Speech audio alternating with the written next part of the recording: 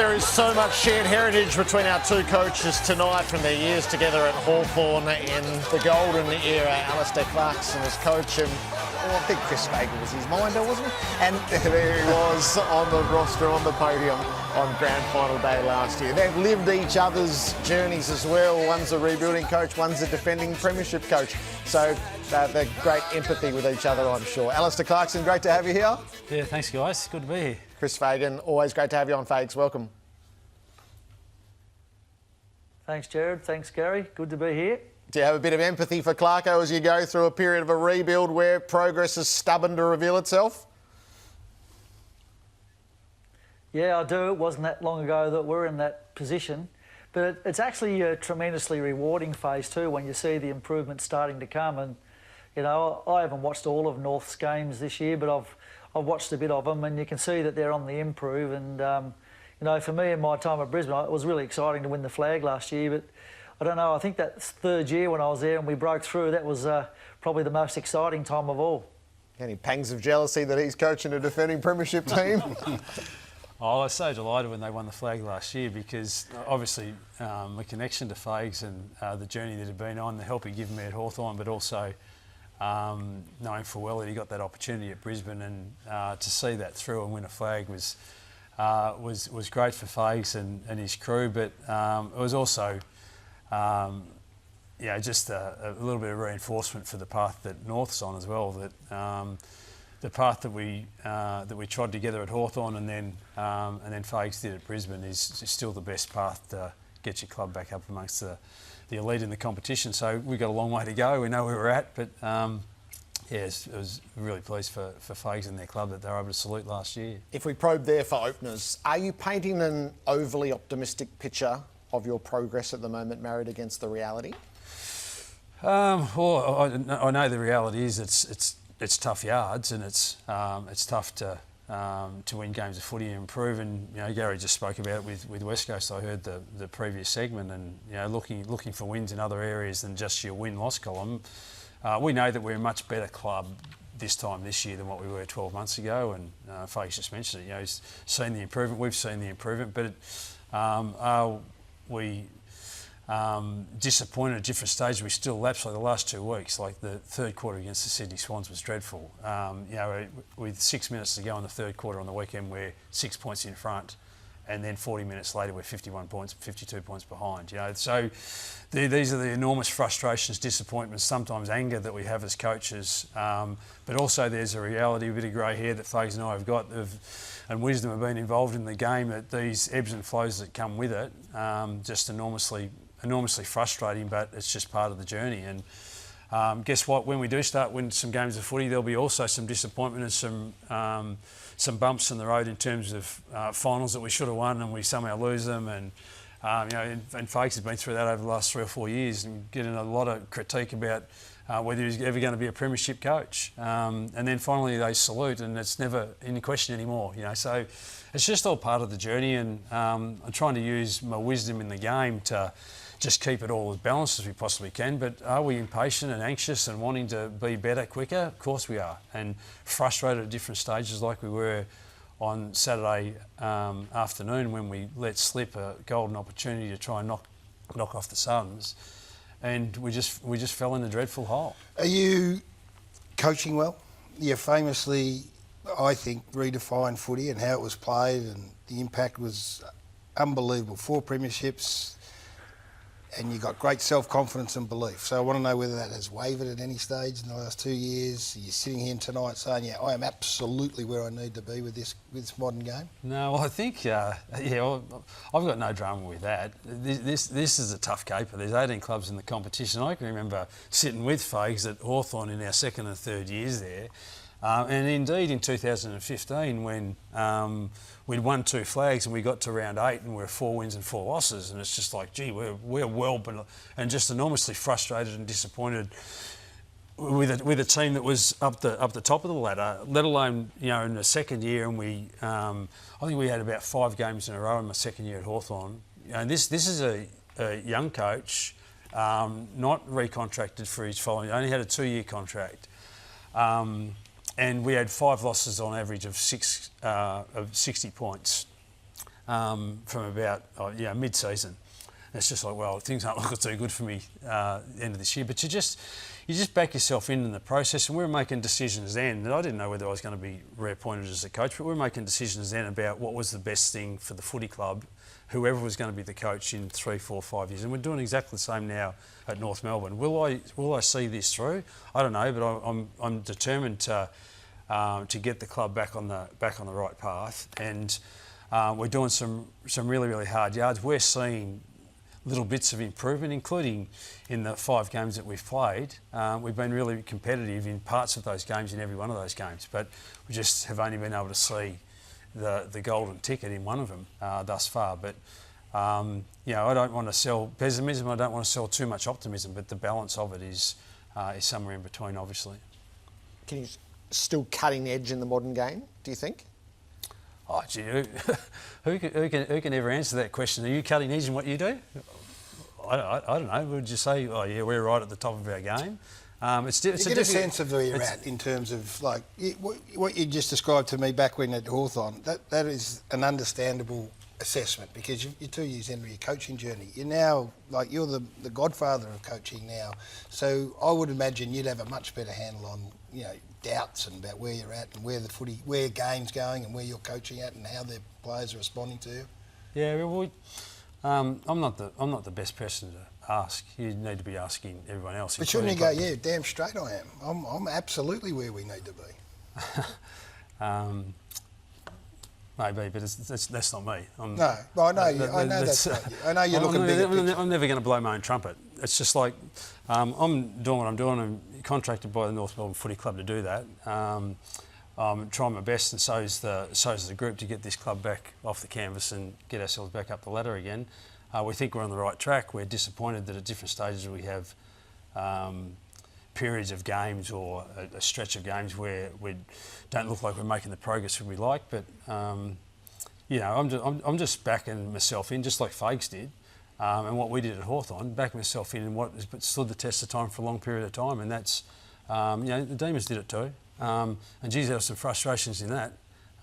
3, 4, 5 years of draft picks, and then finally it comes together. And Fags in his third year, they went from winning 5 games to winning 16 games in a year. It can happen very, very quickly. At Hawthorn, the same sort of thing. But you've got to put the building blocks in place in the first instance. And I don't know about the tactical side of things. What I do know and very, very confident in is setting the club up in the right environment to one day be able to climb the ladder. I know that Fags, myself and those that believe in that process, we haven't lost our way in that space. Fags, 5-0. The Lions have never been there. Playing half games at the moment. What's your assessment of your group at the start of the year? Yeah, well, obviously happy to be 5-0, but our form's been a mixed bag, that's for sure. We've played some of the best football I've seen us play, the second half against Geelong, the second half on the weekend, and then in other games, and particularly in the first half, we've been a bit off the boil. I think teams are throwing everything at us early, which is a real challenge, but that's part of what comes when you win a premiership, I guess. And we had a bit of a checkered pre-season coming into the first game as well with the cyclone up here. So with all that taken into consideration, I'm obviously very happy with where we're at, but also knowing that there's lots of room for improvement, hopefully. Fags, are you identifying some traits in these great Hawthorn sides that you had with Clarko? And back even when, the late 80s, I talk to these Hawthorn boys now and they never thought they were out of a contest. Are you seeing that sort of resilience and confidence in this group despite, the fact that you've trailed a bit in this early part? Yeah, look, I think once you win a flag, tremendous belief comes from that. And in our case last year, in a couple of those finals, we had to come from a long way behind and we're able to do it. So it's currently in the minds of our players that they are capable of doing that. I don't know how long that lasts for, but it's certainly with us at the moment. And, even on the weekend at half-time, even though we're, 5, 6 goals down, I felt like, if we can just, get 3 or 4 goals closer in the third quarter, will be a chance. So that level of optimism is within the group, and it's a confidence that comes from, I guess, achieving the ultimate. We've heard a little bit. Take us into the art of coaching. What did you do at half time to try to get the spark? To be honest with you, Jared, like I've got a relationship with the group now that I can just be pretty honest with them without sort of getting overly emotional. And I just wrote up some facts on the board, like, you know, minus 20 on contested possession and getting belted at clearance, and our tackle effectiveness was about 40%. And, you know, all the things that we pride ourselves in, we weren't doing all that well. And I said to the boys, what do you think when you look at that? And they all just nodded and said, yeah, well, we can't win a game if you play like that, can you? And I just appealed to them to turn it around in the second half. It wasn't anything miraculous that I said. I just have that relationship with them that I can be honest, and at this point in time they seem to respond pretty honestly to that sort of approach. Myth busting, did you challenge them to stand up if they thought they were playing to their capabilities? I did ask the question of them, is there anyone... I did ask them to stand up if they thought they were playing anywhere near their best, and nobody stood up. I said, well, that explains it all. But, you know, these things happen in a season. It's really hard to be a high-performing team all the time. You're going to have your quiet quarters and your quiet halves, and it's just your ability to respond when that happens that matters most. It's a pretty hard game to be sort of on top all the time now. There's huge momentum swings. And we've seen that happen over the course of the last 2 or 3 years in footy, and we're all a little bit shocked when we see it, but it happens all the time. So, you know, our half-time probably came at a good point for us on the weekend. It gave us a bit of a circuit breaker, I guess, to attack the second half, and so that's what we did. I love those stories. How many stood up, folks? Did one stand up? No, nobody stood up. Okay. That's fair enough. I think they looked around the room and nobody stood up, so if there was a couple that thought about it, they didn't do it. Someone told me Harris Andrews stood up. He might have been going to the toilet, I don't know. That's where I got to. The young lad Morris was the one I think who was suggested might have stood up. Right. Logan Morris should have stood up because he was the one bloke that was playing pretty well in the first half. Is there... These levers, how hard are you working at those levers to try and pull with a group, or is it just the pragmatism of saying, here's the numbers, as Faye says, this is all pretty self-explanatory? Well, I was going to say, I was saying the same thing to my players about contested ball and clearances and tackles, but it was after the game had already been lost, unfortunately. That happened to us in the second half, where all our numbers were really good in the first half against Gold Coast and just fell away badly. I'm sure Dimmer would have been saying some things to the Gold Coast boys at half-time to actually really ignite them, and to their credit, they responded like Brisbane did against the Doggies, but we fell in a hole late in the game. What's that phase of belief like that Fags is going through now when you've got the long-term relationship and they've been successful? Yeah, well, it just seems it's so hard to build and create. And then when you've got it, you perhaps take it for granted that it's there for you. But it's an unbelievably powerful resource at your disposal when you know when the chips are down that they've just got this genuine belief that you know, even with 5 minutes on the clock and they're 2 or 3 goals down, they can still win the game of footy. And Brisbane have been down in greater margins than that over the course of this year, and finding ways to win is really, really special. When you play your first final with this group, when, not if, who's your starting midfield? Well, you think Wardlaw's going to be part of it, and LDU's just signed a 7-year deal, so we're pretty happy with that. You know, just that signing alone has added 4,200 members to us in the last 3 days. You know, which is just enormous for our footy club. So it says a little bit about you know, a guy within your club that's been through a fair bit over the last 7 or 8 years, who's got belief in where we're going. And he's seen some things within our club that is starting to take some steps forward. Otherwise, he wouldn't have re-signed. So, yeah, Tom Power's a really important part of our midfield. Sheasel. You got some big numbers to go through now. Yeah, Finn O'Sullivan eventually. Yeah, and so. This is part of it, just getting them some exposure through that part of the ground. You know, Will Phillips is just a young player still and finding his way in that part of the ground too. So all these guys we've drafted, you know, in the last 4 or 5 years, and we've got to make that the strength of our footy club in the years to come. Coaches Night, Alastair Clarkson and Chris Fagan are with us. We'll broaden out on their games to come on a special Easter weekend next. On the couch, Jack Revolt, Jordan Lewis, Jonathan Brown and Nathan Buckley sit in judgment of all that transpired in Adelaide and Gather Round.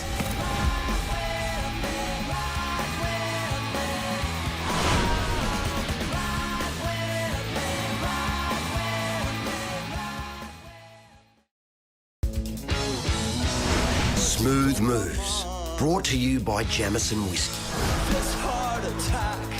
Eric Hipwood had all the smooth moves in the second half thanks to Jamison Whiskey, so stone cold early and just inspired the team after the main break. And I reckon it probably gives the coach the odd heart palpitation along the way, but Eric Hipwood's commanding presence up front for the Dogs, that'll make you smile. Wait for the next shot. Yes. Does he give you the odd heart palpitation, Fags? Eric, oh yeah, he can do that. But I was really pleased for him on the weekend. He had a pretty significant surgery over summer to his groin and had an interrupted pre-season, and he's been a bit scratchy for the first few weeks, and then suddenly found his form in the second half. We changed his role a little bit, played him a little bit higher up the ground. It seemed to suit him, and really pleased for him that he was able to put in that performance. And it's a great example of mental strength. He had a first half that you wouldn't want to talk about, and the second half you could only dream of. So well done to him. Is this the next evolution of your forward half without the Danaher presence, which has been so big for a long time now? Is it take 5, 6, 7 weeks to try and work out how it all comes together? Yeah, I think so, Gary. I mean, as I said, we moved Eric higher up the ground on the weekend. Logan Morris's development's been fantastic, and we ended up in the second half playing Cam Rayner closer to goal with the occasional run in the centre bounce, and Cam just lit the game up, I reckon, with his strength and his power, and just caused a little bit of chaos down there that we like. So, we'll keep looking at that as we go through the weeks ahead, trying to find our best combination that works well. But, still the critical thing is that you can supply your forward line, which improved dramatically after half-time. How significant for Queensland footy, Fags, that the two teams up there are unbeaten? Yeah, it's exciting times for Queensland footy. I mean, the game's been growing hugely over the last few years. I think participation rates are through the roof, and may well be challenging states like South Australia and Western Australia for being second behind the Victorian participation rates. So it's only good for the code in a state that's dominated a little bit by NRL that both teams are going well and people are jumping on board. All eyeballs go to Good Friday. We'll talk to Fags about Thursday, which is going to be a belter as well. But Good Friday footy for you guys is a big day for lots of different reasons. But there's a lot of eyeballs on you, and it's important that the showing's a good one. Yeah, it is. And